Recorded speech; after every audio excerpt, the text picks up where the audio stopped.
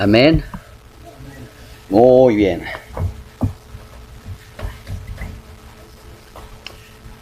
Abrimos nuestra Biblia en el Salmo 127.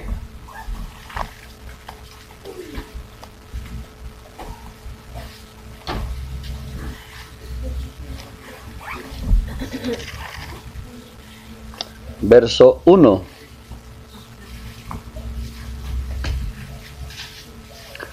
Amén. Y dice la bendita palabra para honra del Padre, el Hijo y el Espíritu Santo. Si Jehová no edificare la casa, en vano trabajan los que la edifican. Si Jehová no guardare la ciudad, en vano vela la guardia. Amén. Vamos a continuar con lo que se apareció el libro en esto de la honra del ministerio. Amén. Entonces podemos decir, conociendo Dios lo que somos, entiendo por qué Jehová le dijo a Josías: está muy bien, tú estás reparando mi casa y poniendo atención a las cosas mías, pero hay algo todavía que a mí más me agradaría, y es que antes que reparen lo externo, reparen lo interno, pues de otra manera no edificaremos juntos. Nosotros los seres humanos tendemos a arreglar lo de afuera primero, para no desagradar al que mira. Nos gusta tener un aspecto agradable y que se vea todo bien. Pero ¿qué pasa con lo de adentro? Bueno, lo de adentro se arregla después. Eso lo guardamos, lo postergamos, lo encerramos en el armario para que no se vea hasta que tengamos el tiempo. Sin embargo, para Dios sí hay algo que tiene prioridad, y es lo interior, lo oculto del corazón. Pocas palabras. Cuando nosotros arreglamos lo de afuera, es porque siempre estamos pensando en la gente que nos mira. Como Dios no se ve y no ponemos atención, que Él no mira lo de afuera, sino lo de adentro, entonces como nuestra atención no está en Él, que nos mira adentro, por eso a veces no le damos prioridad a lo de adentro. Entonces lo de adentro lo guardamos, que nadie ve, nadie sabe. Pero si nosotros pusiéramos atención, que Dios nos mira por dentro, lo mismo que la hermana me mira por fuera, entonces la misma atención que quiero arreglar por fuera para que ella vea el diferente, es la misma atención que debo dar para que el que está viendo adentro esté todo arreglado. Amén, mis hermanos. Muy bien. La Biblia dice que Moisés fue fiel en la casa de Dios, pero en ese tiempo no se había edificado ningún templo. Entonces, ¿cuál era esa casa a la que Dios le era fiel? Una bendita tienda. Esa era la casa. Una tienda que llevaban de aquí para allá y de allá para acá. Esa era la casa. Pero, ¿Moisés le era fiel a esa casa? No. Moisés fue fiel en la casa de Dios porque fue fiel en su ministerio. Escuche bien, ser fiel en el ministerio que Dios te dio es ser fiel en su casa. Amén. Eso es muy importante. Así también dice Jesús, dice de Jesús, pero no ya como siervo, sino como hijo sobre su casa, que también fue fiel. Véngase a Hebreos 3:6. Amén. En Hebreos 3:6 nos dice: pero Cristo como hijo sobre su casa, la cual casa somos nosotros, si retenemos firmes hasta el fin la confianza y el gloriarnos en la esperanza. Entonces, ¿Cristo es qué? Como hijo sobre su casa. El 5 dice: y Moisés a la verdad fue fiel en toda la casa de Dios, como siervo para testimonio de lo que se iba a decir, pero Cristo como hijo sobre su casa. Amén. Ahora, ¿qué casa tenía Jesús si ni siquiera tenía un lugar donde recostar su cabeza? Pero el escritor no se refería a una casa física, sino a una casa, ¿qué? Espiritual, donde entra tu ministerio. Una casa física, ya sabemos que el marido la arregla por fuera, la esposa lava, hace los quehaceres. Ese servicio es para la casa física. Pero los ministros que ministramos la palabra es para la casa espiritual. Amén. Entonces entendemos la causa por la que Dios se preocupaba por la casa espiritual, especialmente conociendo nuestras secretas motivaciones. Observemos que los siervos de Josías fueron a buscar dinero al templo. ¿Qué fueron a buscar? Dinero. Hay muchos siervos que vienen al templo a buscar dinero. O sea, que vienen a predicar por la ofrenda, vienen a predicar por el diezmo, vienen a predicar por interés. ¿Para qué vienen a la casa? A buscar el templo. ¿Y cuál es la apariencia? Dice que están predicando. Pero también hay hermanos que vienen a buscar dinero a la casa de Dios. Vienen a ver si se les dan una ofrendita, vienen, pastor, necesito una ayuda, no me quiere dar una ayudita. El pastor dice, bueno, vamos a decirle a los hermanos, y no vuelven. ¿Por qué? Porque van al templo, a la casa de Dios, a buscar dinero. Y así estaban los siervos de ¿qué? De Josías. Fueron a buscar dinero, pero no con las intenciones, sino para el trabajo. Amén. Ellos para las necesidades, esto para el trabajo. Ellos necesitaban recursos para reparar las grietas y darle mantenimiento a la parte externa del edificio. Si aplicamos esto a la iglesia hoy en día, ¿cuántos proyectos hay de ampliación, de construcción, sin mencionar los métodos que se usan para adquirirlo? ¿Cuántas cosas hacemos para recaudar fondos sin pensar si esas cosas agradan o son dignas de Dios? Se usa la palabra, se trafica con ella, se juega con la conciencia de la gente, con su nobleza, para que aporten a sus proyectos o planes. No se le muestra al pueblo la visión, porque no hay visión de Dios para esas cosas. La visión es lo que tú vistes de Dios, aquello que Él te mostró en el monte de la comunión. Eso es visión, no tu proyecto ambicioso, ni tus grandes ideas de desarrollo. Lamentablemente, hay quienes reciben visión, pero la sacrifican por un proyecto personal, que aunque puede ser noble, no es propósito de Dios. ¿Amén?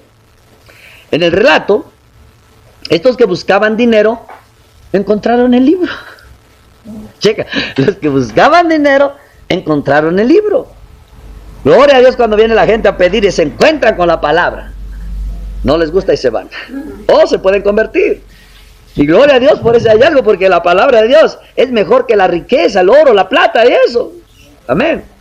Ojalá le pasara lo mismo a toda esa gente que busca dinero. En lugar de encontrar dinero, encontrar la palabra de Dios. Amén. Quiera Dios que cuando todas esas personas están haciendo sus proyectos, a la hora de empezar a buscar ese dinero, se encuentren con el libro. Y ese los lleve al corazón de Dios. Amén. Que ese sea nuestro ruego, que ese sea nuestro clamor a Padre de los cielos. Porque se van a hacer más con Dios que con dinero recaudado. Se puede hacer más cosas con Dios que con tantos proyectos humanos inventados. Amén. Amén. Amén.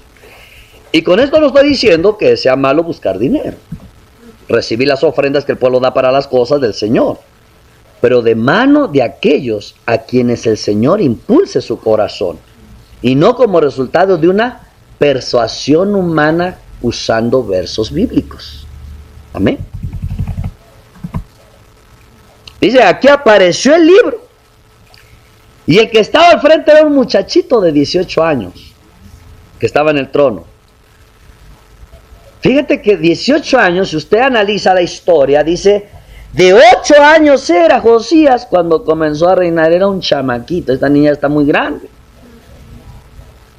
Él tenía 8 años y empezó a reinar. Lógico que tenía tutores, tenían los escribas, sátrapas, todo ese tipo de gente que le aconsejaban al rey.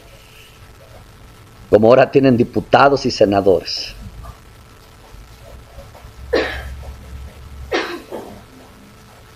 Y dice, escuche bien, que él hizo lo recto. Y anduvo en los caminos de David su padre sin apartarse ni a la derecha ni a la izquierda. O sea que Josías era así. Eso no dice la Biblia, no lo tenemos que hacer.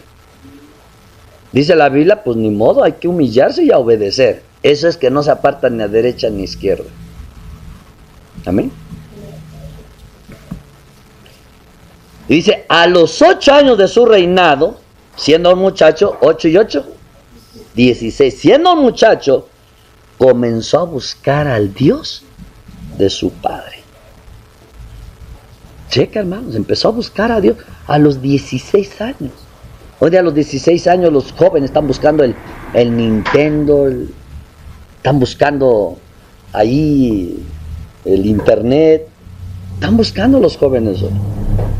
Pero este empezó a buscar a los 16 años al Dios de David su padre. Y a los 12 años de reinado, más 8, cuando llegó a los 20 años, dice que comenzó a limpiar a Judá y empezó a tirar ídolos y todo, a romper y a destruir. Checa, hermano, está joven de 20 años y está haciendo ya grandes cosas en una nación por su Dios. Hermano, esto no es de edad, es de madurez. Y este joven tenía madurez a temprana edad, 16 años. La primer señal de madurez de una persona es cuando voluntariamente escoge buscar a su Creador. Esa es la primera señal de madurez. Y buscar a su Creador es buscarlo a Él y entender cómo quiere que yo viva la vida. Ese es el primer señal de madurez. Y Él lo hizo. Amén. Pero en esta ocasión, un jovencito, sin experiencia, no tenía experiencia, pero tenía corazón para Dios. La providencia del Padre llegó cuando hubo uno en el trono que tenía su corazón. Ese podía recibir el libro. Mano, ¿se acuerda que Jesús dijo de cuando se siembra la palabra de los 4 campos? Dijo de precisamente del terreno duro, del terreno con piedras, terreno con malezas y espinos y el terreno fértil. Pero el profeta, no me recuerdo si es Isaías, uno de los profetas dijo, no siembren entre espinos. O sea, quiere decir, no le prediquen a gente que está preocupada más por qué comer que beber, por las riquezas. Y la pregunta, ¿por qué? Porque dijo Jesús que esos afanes por la vida de este siglo van a ahogar la palabra y no va a dar fruto esa palabra. Dios no es despilfarrado. Dios es buen administrador. Entonces, yo le preguntaba una vez al Señor, digo, a ver, Señor, pero mira, fíjate que hay, por decir, yo hablaba de una iglesia, Señor, yo les he hablado tu palabra, 5 años, Señor, y ahora resulta que parece que no saben nada. Pues entonces, 5 años para nada. ¿Dónde se quedó toda esa palabra y todo eso? Y yo estoy así orando al Señor. Y me dice el Espíritu, teniendo ojos no ven y oídos y no oyen, para que se conviertan y yo los sane. Entonces me acordé de esa palabra que dice que le dio, dice Isaías precisamente profetizando, que les dio espíritu de estupor.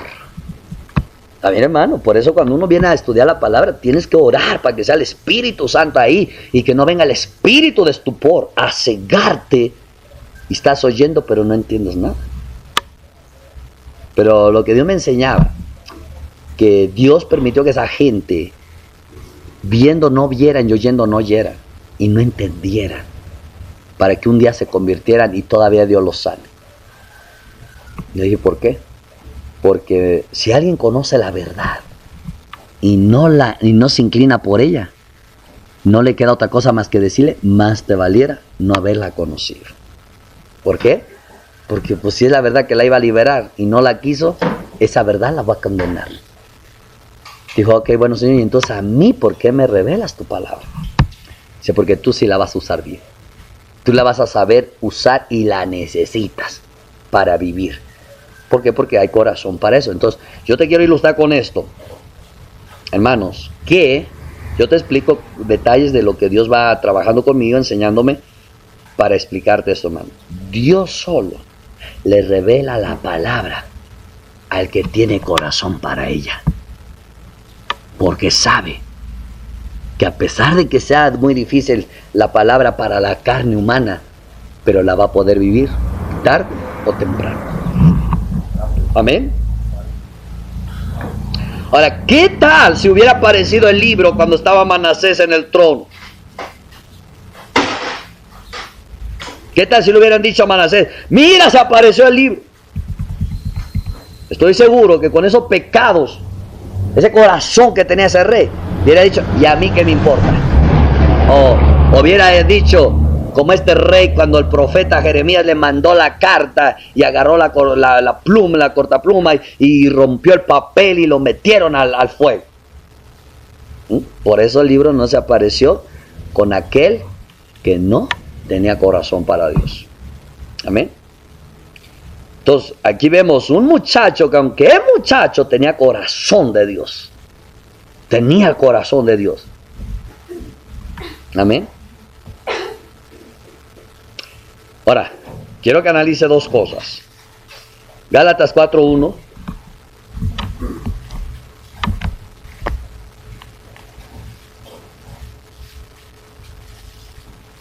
Gálatas 4:1.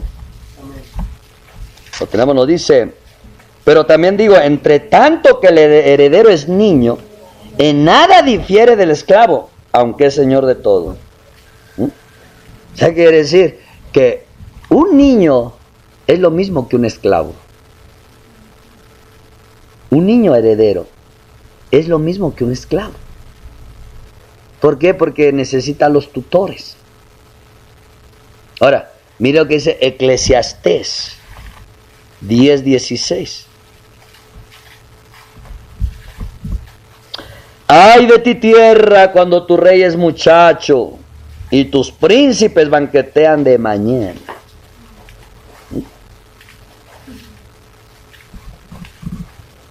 Pero sucede que aquí en la providencia del Señor, hermano, el príncipe era un muchacho, pero que al tener el corazón de Dios superaba a muchos mayores de los reyes en el ministerio, en la administración y en la mayordomía.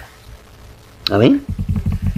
Cuando el líder tiene el corazón de Dios y lo que le importa es Dios y entiende que el que lo constituyó fue Dios y que lo que hace no es un proyecto personal, se quita sus zapatos porque reconoce que en el lugar que está es tierra santa. Delante de la zarza Moisés no andaba con el calzado de estadista que usaba en Egipto como futuro heredero del trono de Faraón. El siervo de Dios andaba con sandalias, pues para eso lo preparó Jehová por 40 años, para que pastoreara a su pueblo. Y eso tenía que hacerlo con el calzado adecuado. En el propósito santo, las normas las pone Dios. Así que si te quieres graduar, estar apto a los 40 años, acércate descalzo a la visión y deja que Dios te calce con el apresto del Evangelio. O sea, Dios no necesita nada de nosotros. Además, ¿qué quiere Dios de mí? A veces hay hermanos que dicen, ya Señor, dime, ¿qué quieres de mí? Pues dice, Señor, ya lo sabes, nada. Y entonces, ¿por qué no me usas? Porque tienes mucho.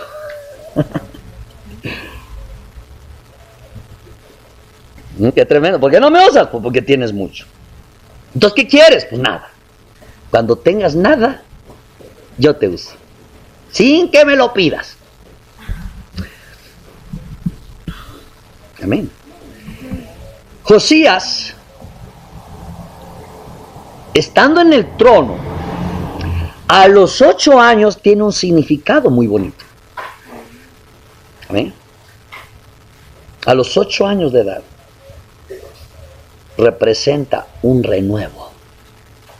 O sea, no en vano Dios lo puso de muchachito.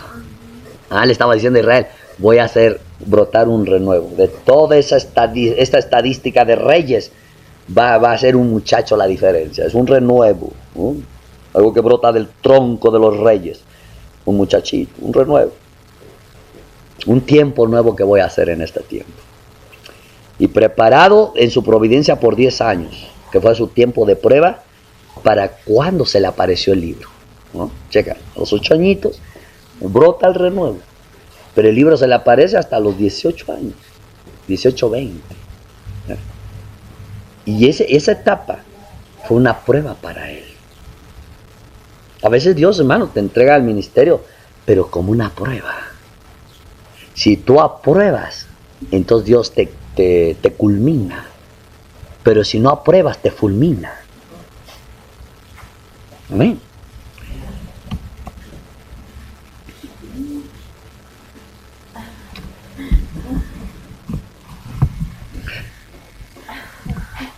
Usted dice, hermano, no crea que porque está en el ministerio, ya aquí nadie me quita.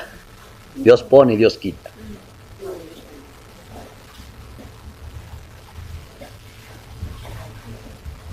Ya que en la providencia Dios lo preparó 10 años, que fue el tiempo de prueba, para cuando apareciese el libro. Para cuando el libro apareciera hubiera un corazón preparado para obedecer su voluntad. Mire, Primera de Reyes 13.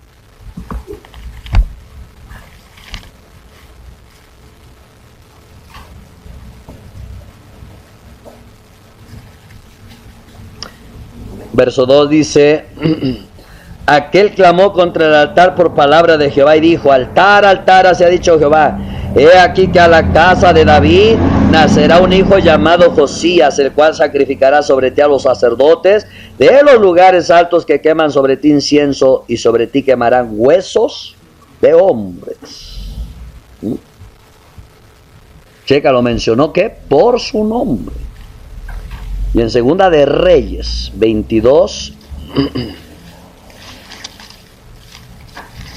nos dice el 1: cuando Josías comenzó a reinar era de 8 años y reinó en Jerusalén 31 años. El nombre de su madre fue Jedida, hija de Adaía de Boscat.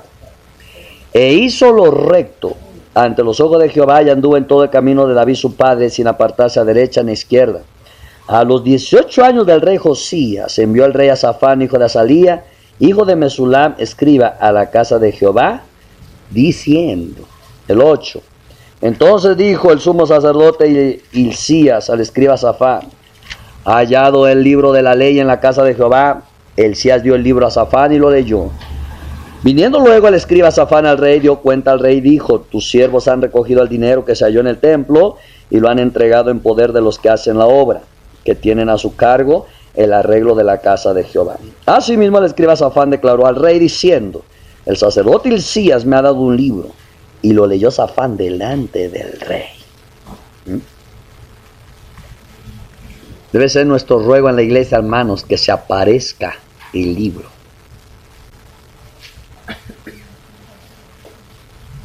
Ese debe ser nuestro ruego. Que se aparezca el libro.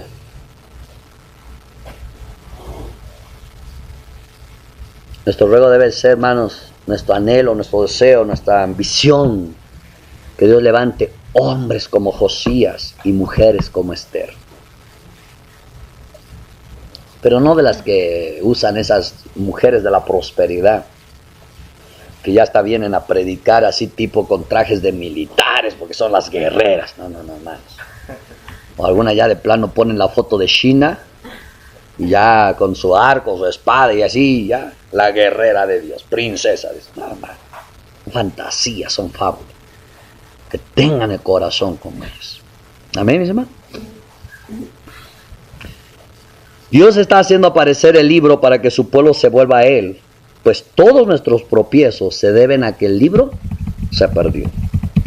Algo que me gusta de la actitud de Josías es lo que describe el cronista en 34:19 de Segunda de Crónicas. Dice: luego que el rey oyó las palabras de la ley, ¿qué hizo? Rasgó sus vestidos. La impresión de Josías fue grande al escuchar al escriba Safán leer aquel libro.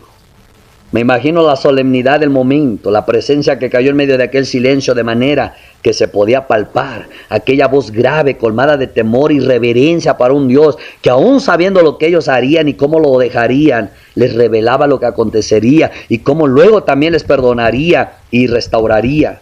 Era algo para caer postrado y rasgar el corazón, clamando por perdón. Pienso que Josías, mientras escuchaba, iba meditando en sus caminos y hasta dónde había llegado la dureza de su corazón, y sabiendo la condición de su pueblo, rasgó sus vestidos, quizás pensando: ¿quedará para nosotros misericordia en el corazón de Jehová, siendo que nuestros padres no guardaron su palabra? Era un momento de decisión, pues antes no había quien atestiguara en contra de sus malas acciones, pero cuando aparece el libro, ¿quién podría mantenerse en pie delante de tan grande testimonio? Hoy en día me llama la atención, man. Yo lo digo así, perdóname la expresión, pero muchas veces hoy la gente está escuchando la palabra, Sabe uno que está mal la gente sabe que está mal, sabe que esa palabra le está revelando su condición, pero ya no se arrepiente, aunque están en la iglesia. No se quebrantan. Ya ves, hasta salen enojados, salen como buscando justificarse a la verdad que se les reveló. En aquel tiempo se acostumbraba rasgarse el vestido como una señal de indignación, de vergüenza, de tristeza, de luto. Esa era la señal. Por eso vemos en este hombre que al rasgar sus vestiduras mostraba sus primeros signos de arrepentimiento delante de Dios. Y esa debe de ser nuestra actitud cuando somos confrontados con la verdad. Rasgar nuestro vestido de orgullo, rebeldía, prepotencia, arrogancia, autosuficiencia, altivez. Ese es el vestido que quiere rasgar Dios al escuchar la palabra de Dios. Tiene que rasgar nuestro vestido de indiferencia, de apatía a las cosas de Dios. No podemos quedarnos igual cuando leemos la voluntad de Dios para su pueblo. En el libro, y vemos cómo se están guiando de manera que tú tienes que decir, pero Dios mío, qué claro está el camino que nos trazaste. Y mira por dónde estamos nosotros andando, tan distanciados de ti. Con esto no me estoy refiriendo solamente a cuestiones doctrinales ni dogmáticas, no, sino a aquellas pequeñas cosas que corresponden a nuestra mayordomía como administradores de Dios. Todo cristiano está claro en cuanto a quién es Dios, a la Trinidad Divina, Padre, Hijo y Espíritu Santo, sobre que Cristo vino en carne, murió y resucitó y que viene por nosotros. Hasta ahí todo está bien. Pero eso no es todo. Hay muchas cosas que Dios nos ha manifestado a través de su palabra, instrucciones, mandamientos que no estamos obedeciendo fielmente y de acuerdo con su corazón, pues hemos echado a un lado su Santo Espíritu al que fue enviado para llevarnos a toda verdad. Cuando tú lees y entiendes en espíritu cada palabra expresada en el libro, tienes que decir, Dios mío, ¿cuán lejos estamos de ti? Yo platicaba con alguien que me decía los problemas que había en la familia, en los hijos y todo, y pues el problema que había, dijéramos, con uno de los varones. Y yo le decía, digo, ¿cómo quieres arreglar a los hijos si primero no te arreglas tú? Si quieres arreglar la casa, tienes que empezar por ti. Y empezamos a ver, usted sabe lo que yo hablo, la cruz, la negación, la puerta estrecha, el camino angosto, y la voluntad de Dios, y nada de que canto, alabo y todo, y pienso que ya estoy bien. Y yo le decía a la persona, si tú no vives los mandamientos, estás fuera del camino, fuera del reino de Dios, aunque estés en la iglesia, cantando, remolineando, alabando y diciendo que crees en Dios y que todo. Ya le entendí. Mándanos un mensaje el sábado. No voy a ir a la iglesia el domingo, hermano. No sé si fue a arreglar su vida o me quiso decir ya no voy a ir porque lo que tú me pides es crucificante. Hoy en día yo le decía a la persona, quieren agarrar a Dios para lo que ustedes quieren, no para lo que Dios quiere. Y eso yo le decía a la persona. No sé si vaya a regresar, lo sabré el martes o el jueves, o no vaya a regresar. Amén.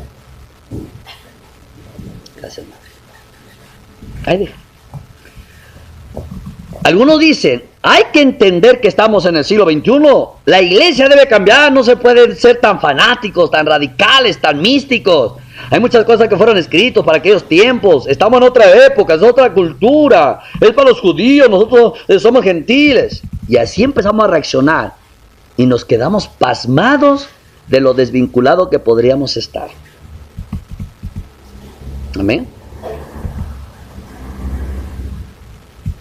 Muchas veces hasta los mismos pastores tienen ciertas actitudes, preocupaciones que van más basados en proyectos, visiones personales, ideas buenas, pero no necesariamente conforme a Dios.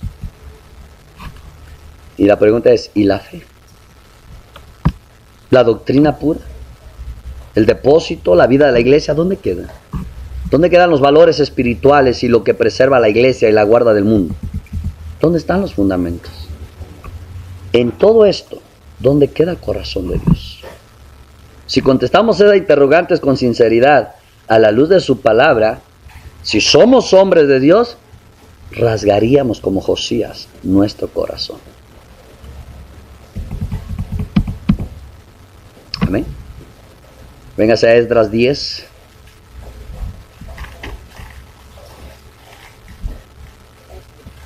Esdras 10:6, y nos dice: se levantó luego Esdras de delante de la casa de Dios y se fue a la cámara de Joanán, hijo de Eliasib. E ido allá, no comió pan ni bebió agua, porque se entristeció a causa del pecado de los del cautiverio. Y ya vemos que el pecado era que algunos habían tomado mujeres extranjeras por esposas. Y ellos tuvieron que hacer un pacto con Dios, que despidieron a todas las mujeres y los nacidos de ellas, según el consejo del Señor, del Señor que estaba leyendo, y sobre todo conforme al mandamiento de Dios. Checa cuál era el pecado. Hoy la iglesia no se lamenta que un cristiano se enamore de un mundano. Al contrario, los pastores que se apartaron del libro dijeron: bueno, pues a lo mejor Dios te usa y lo salvas. Así hablan. Cuando eso no es lo que nos enseña el libro. Una de mis ovejitas hace años se vino de Estados Unidos para México, y un día platicamos, digo: ¿te estás congregando, hija? Sí, dice, apenas que encontré una iglesia, me estoy congregando. Ah, gloria a Dios. Pues otro tiempo me llaman: pastor, quiero hablar con usted. Sí, dígame. Lo que pasa, dice, es que me encontré con una persona que me anda cortejando. Y luego, pues no sé. Bueno, ya sabes la instrucción: orar al Señor, que Dios te revele y te muestre. Habla con el pastor para que te aconseje. Es que ese no es el problema, hermano. Entonces, lo que pasa es que son 3 que me andan cortejando. Y yo hablé con el pastor y le dije que me orientara. Y me dijo el pastor: pues hazle caso a los 3 para que vengan a la iglesia. Checa lo que es precisamente cuando no está el libro en la iglesia.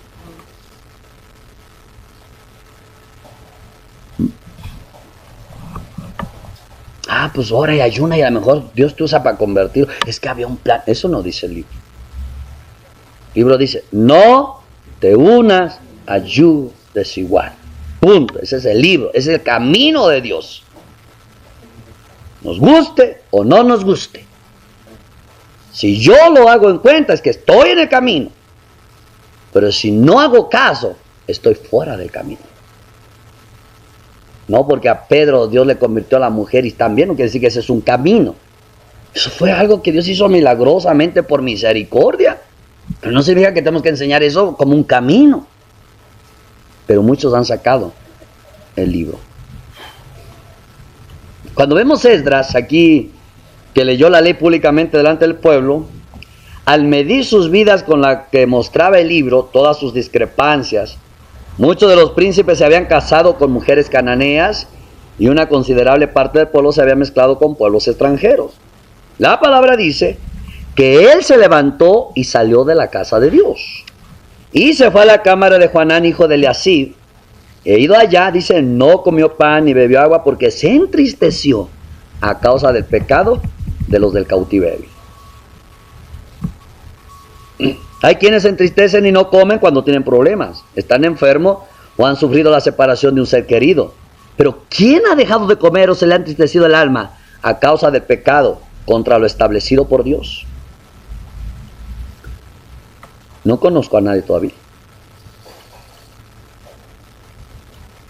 Más nosotros, hermanos, no podemos quedarnos indiferentes ante nuestra situación, porque la misma situación requiere que hagamos algo. Urgentemente, si amamos a Dios y le tememos y tenemos conciencia, no podemos ser impasibles viendo el pueblo cada vez distanciarse del libro y del corazón de Dios. Usted analiza hoy en día muchas personas, hermano, pareciera que no tienen Biblia, aunque tienen 6.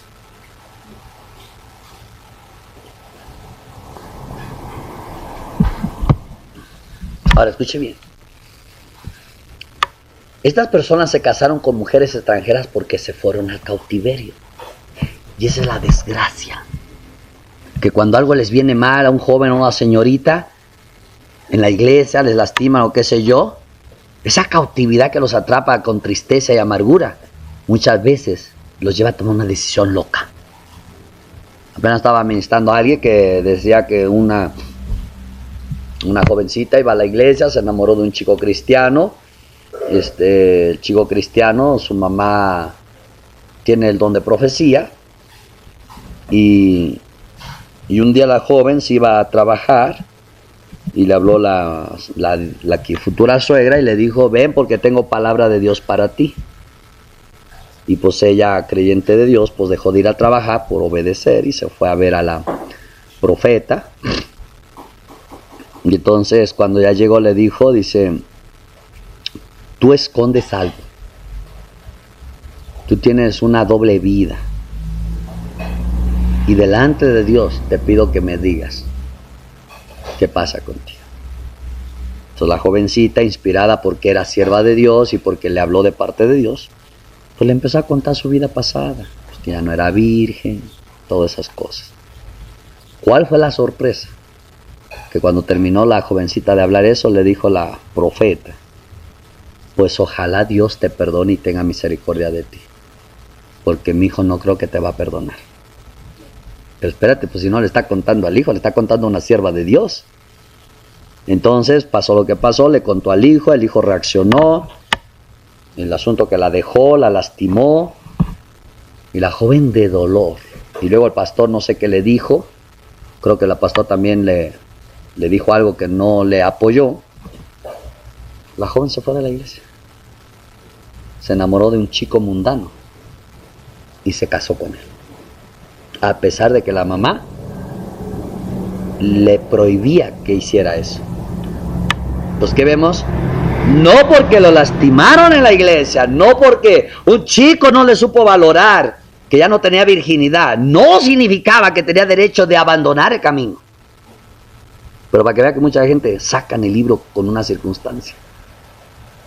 Decía la madre, el pastor le debió de haber dicho: aunque para tu novio no vales porque eres virgen, es que ya no eres virgen, para mí, para Dios, eres una virgen porque has sido lavada con la sangre de Cristo.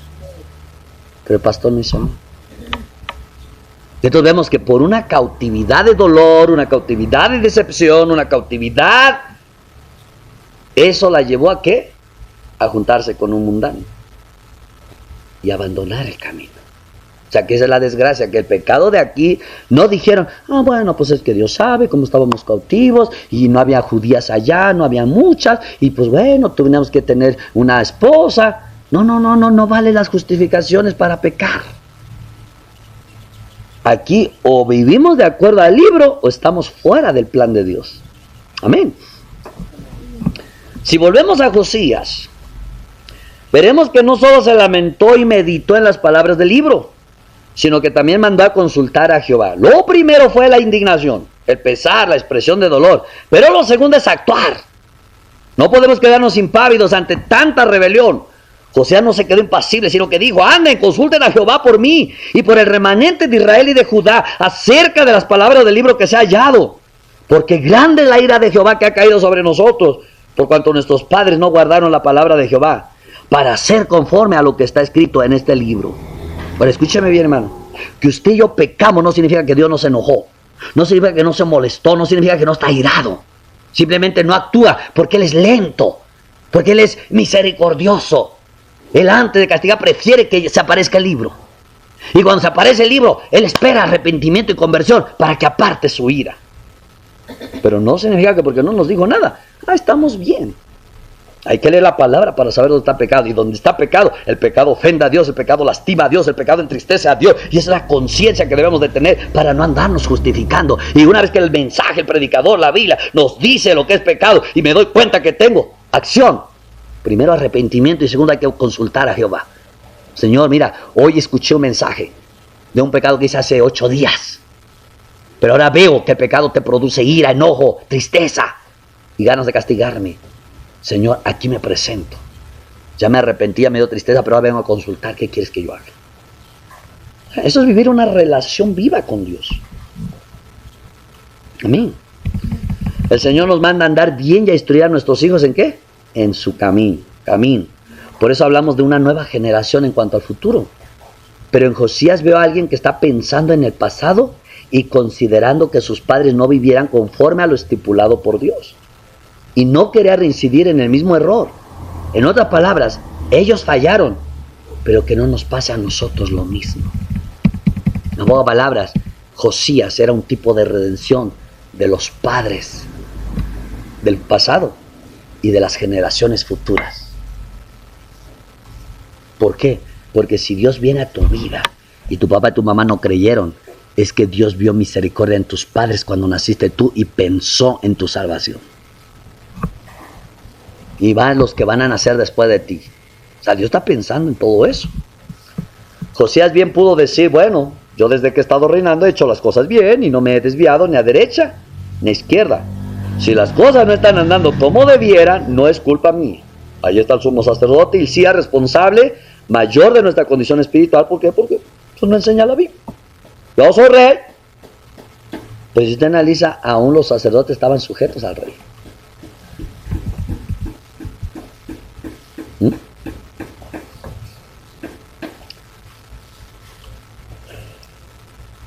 Jeremías 1:2.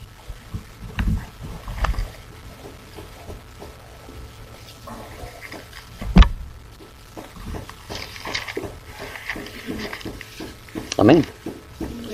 Dice palabra de Jehová que le vino en los días de Josías, hijo de Amón, rey de Judá, en el año 13º de su reinado. Sofonías 1:1.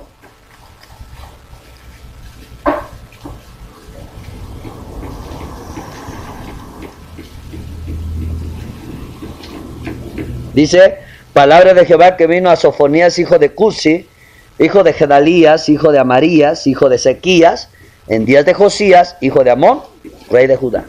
Entonces quiere decir que estos profetas profetizaron en ese tiempo.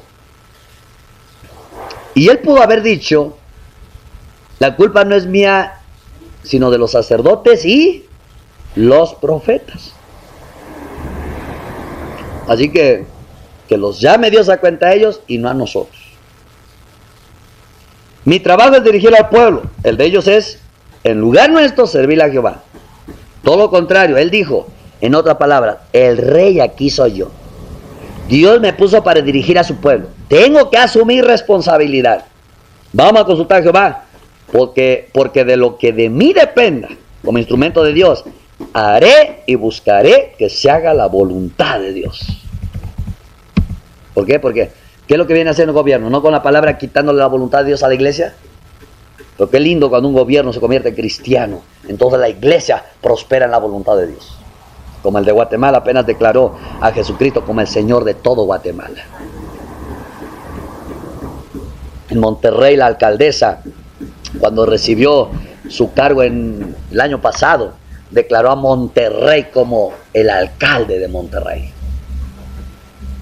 Así es cuando prospera la iglesia, porque hay reyes que con la autoridad respaldan la voluntad de Dios. Pero cuando hay reyes que se oponen, entonces la iglesia no puede avanzar. Al menos que Dios se sobrepase todo eso. Amén.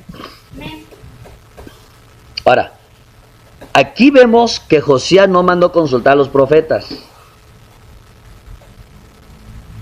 No mandó a consultar a los profetas. Mire, algo muy importante.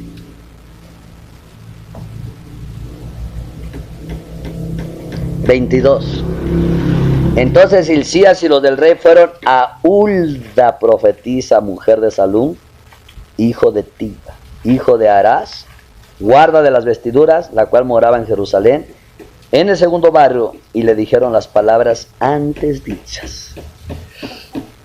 El rey no mandó consultar a los profetas, sino a una mujer profetiza. Esa es la importancia de la mujer en el ministerio. Es raro que fueran a ver a una mujer y no a Jeremías, que era el profeta grande en aquellos días. ni tampoco a Sofonías. Ellos acudieron a una mujer, y una mujer del segundo barrio, la cual ni siquiera era profeta menor, sino simplemente una profetisa.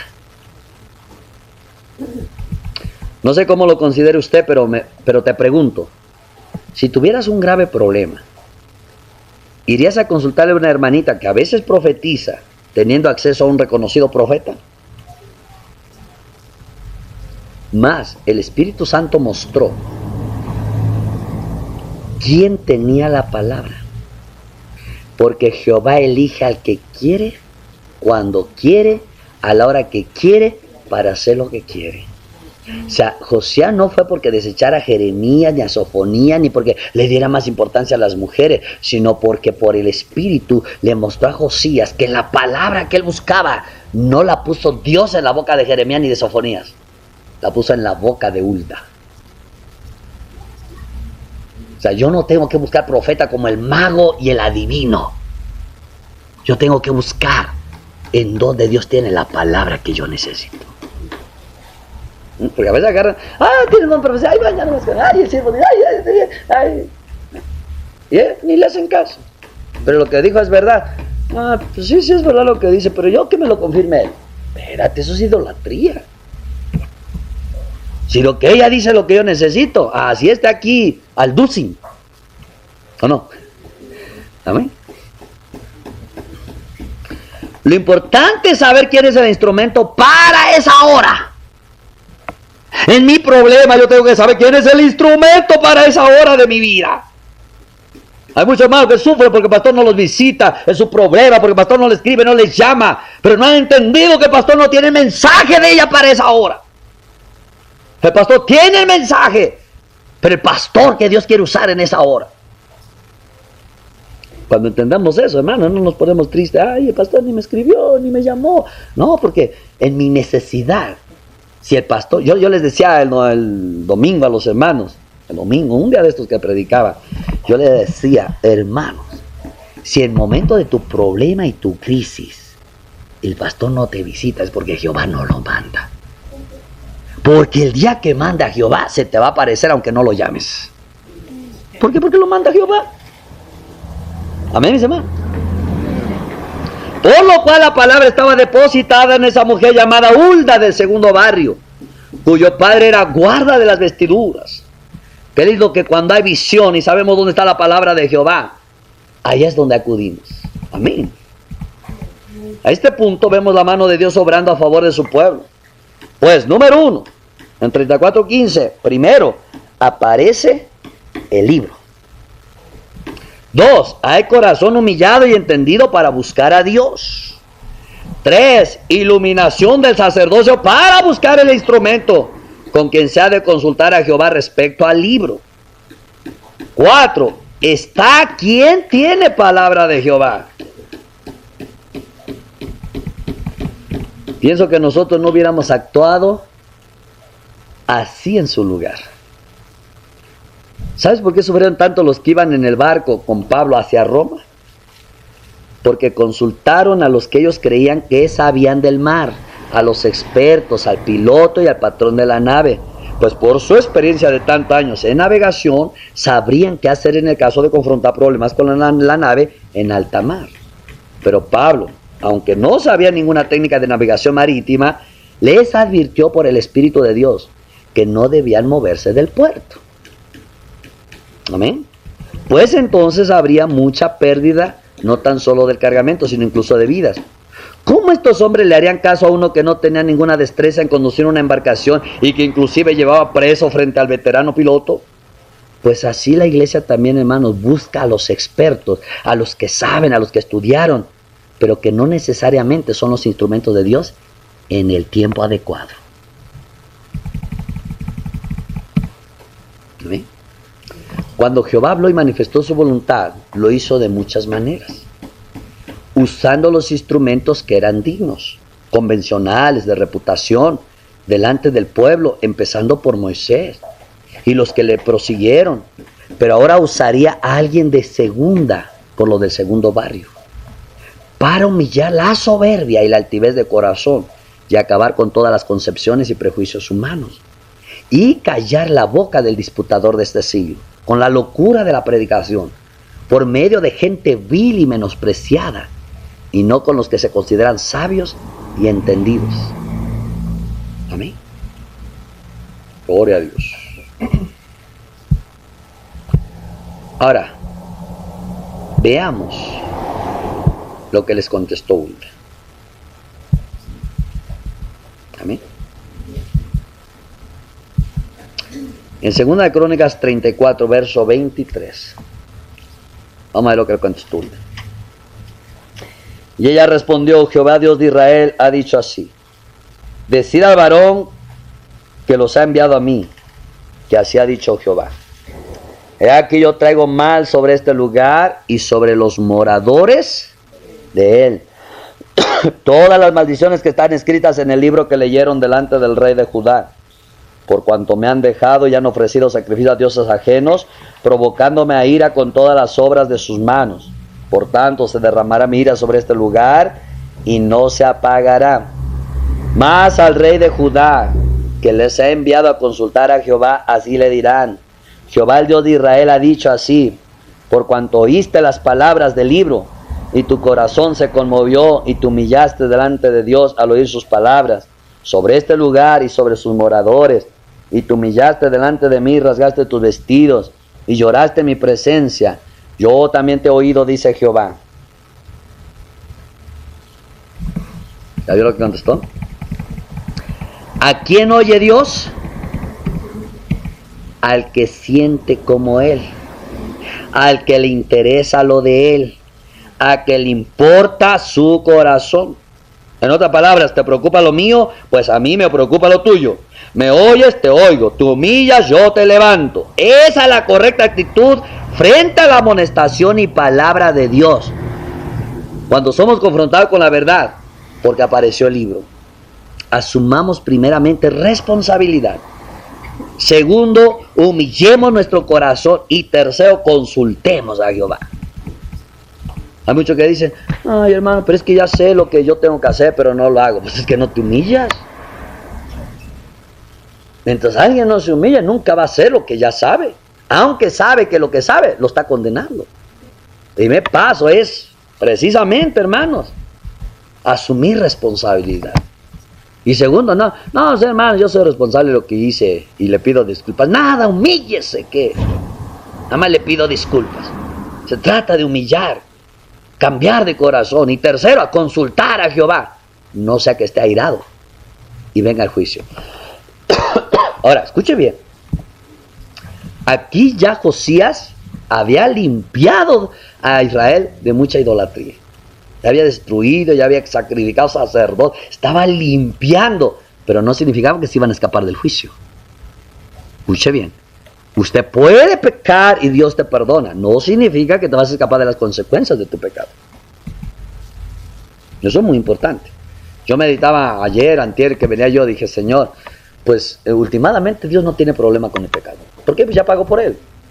Pero si te dice no peques, es porque una vez que tú peques, aunque Dios no te castigue, el pecado te va a estar castigando, condenando, haciendo sentir mal, culpable, sucio, el diablo ahí, rodeándote y todo. ¿Por qué? Pues porque pecaste. Entonces Dios no tiene problema, porque ya pagó por él.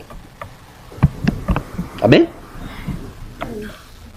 En la narración de Segunda de Reyes, que está hablando de la misma historia, vamos a ver un poquito. Segunda de Reyes 22, 19.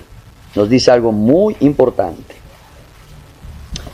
Y tu corazón, mira cómo dice Dios. Vamos a leer 18. Mas el rey de Judá, que les ha enviado para que preguntasen a Jehová, dirán así: así ha dicho Jehová el Dios de Israel: por cuanto oíste las palabras del libro, y tu corazón se enterneció. ¿Qué le pasó? Se enterneció y te humillaste delante de Jehová, cuando oíste lo que yo he pronunciado contra este lugar y contra sus moradores, que vendrán a ser asolados y malditos, y rasgaste tus vestidos y lloraste en mi presencia, también yo te he oído, dice Jehová. También yo te oigo. En pocas palabras, yo oigo a los corazones que se enternecen. ¿Amén? O sea que es una expresión todavía más profunda, la cual nos revela un corazón que se suavizó, que se debilitó, que se afinó a las palabras que Dios había hablado sobre este lugar. En pocas palabras, como dice, es que tú tienes corazón de pollo. La palabra te tiene que convertir en un corazón de pollo, todo tierno. Necesitamos el corazón de Dios para conmovernos y para enternecernos frente a lo que es de Dios.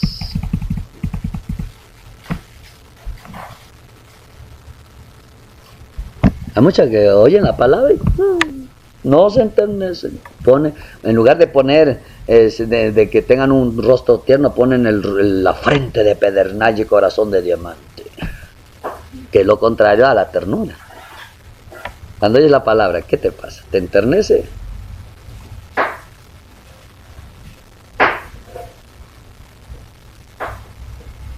¿Qué hace la palabra?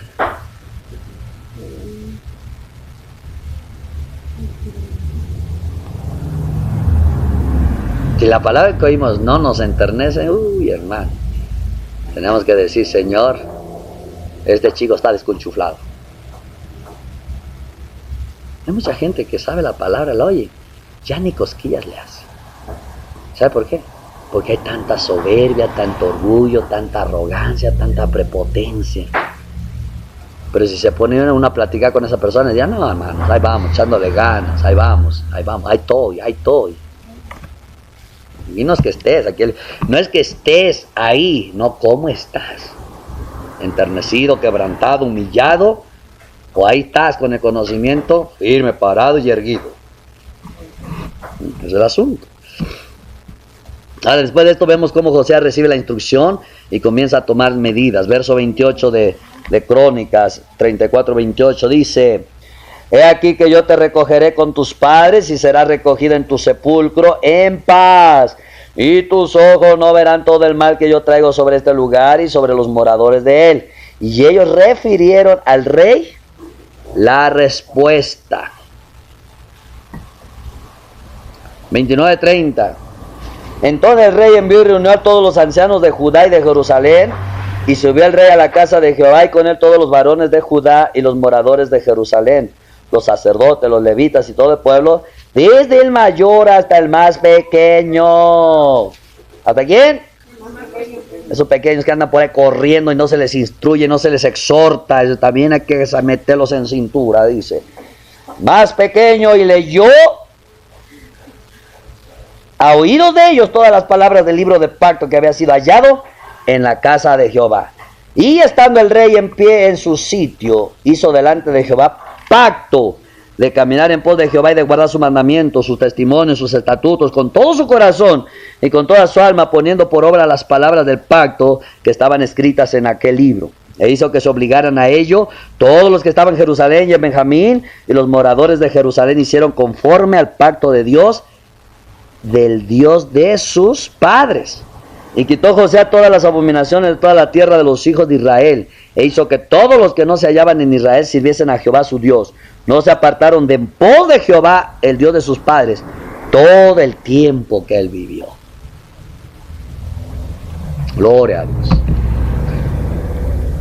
¿Qué hizo el rey? Primero, reunió a los que estaban en autoridad.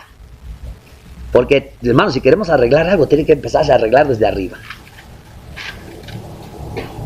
Llamó a los príncipes, ancianos, sacerdotes, levitas.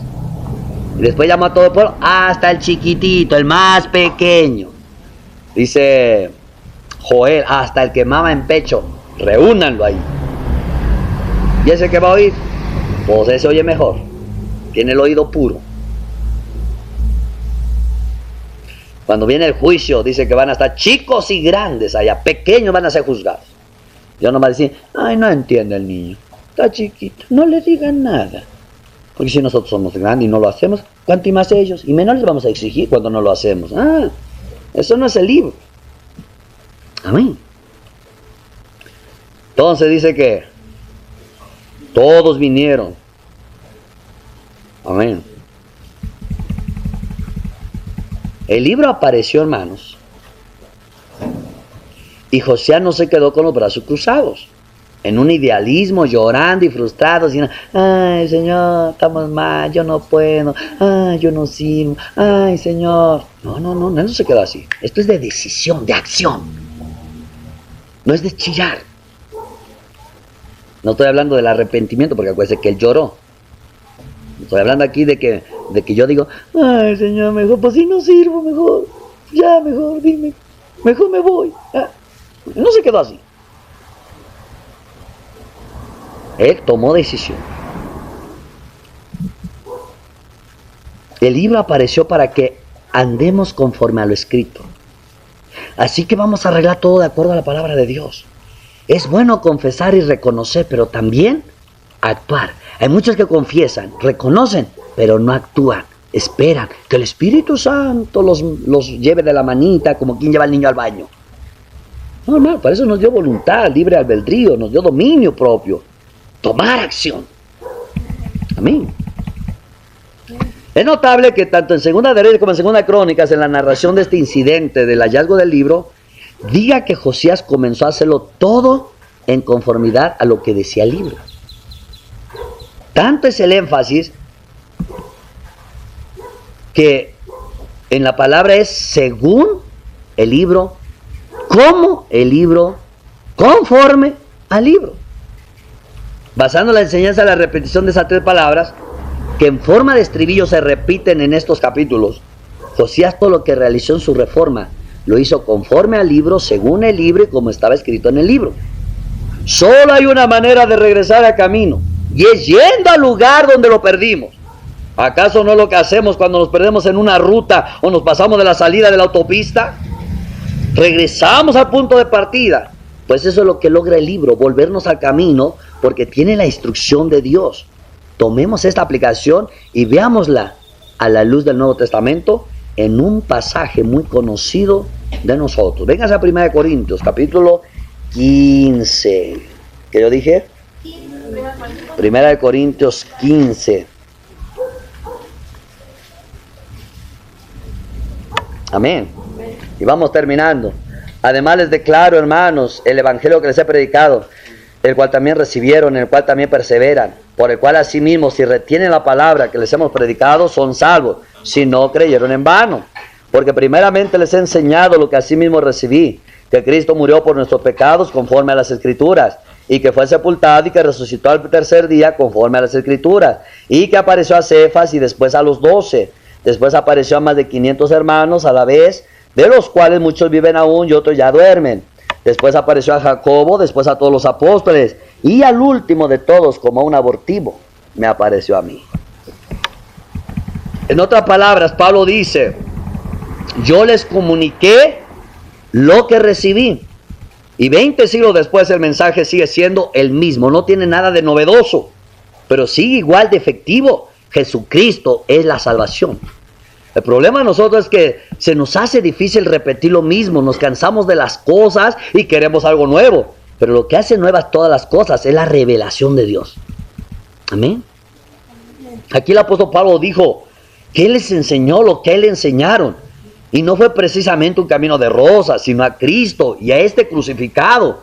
Esto no era nada llamativo, ni siquiera usó palabras persuasivas. Pero una cosa sí tenía, la cual se manifestó, es la unción y el poder del llamamiento divino. Eso debe manifestarse en todas nuestras predicaciones o temas. Hablando de la Santa Cena, el apóstol también dijo, porque yo recibí del Señor lo que también les he enseñado. Que el Señor Jesús, la noche que fue entregado, tomó pan y habiendo dado gracia, lo partió y dijo, tomad, comed, esto es mi cuerpo, que por ustedes es partido, haced esto en memoria de mí. Asimismo tomó también la copa después de haber cenado, diciendo, esta copa es el nuevo pacto en mi sangre, haced esto todas las veces que la bebieran, en memoria de mí. Así pues, todas las veces que comieren este pan y bebieren esta copa, la muerte del Señor anuncian hasta que Él venga. Es decir, lo que le dio el Señor es lo que da a los demás, ni más ni menos. Amén. Entonces, eso vemos la importancia del libro. En el libro está la restauración del camino a nuestros ojos, a nuestros pies. Entonces, Hay una cosa, hermano, dice el Señor, y esta palabra que yo te mando, ¿qué? ¿Estarán en dónde?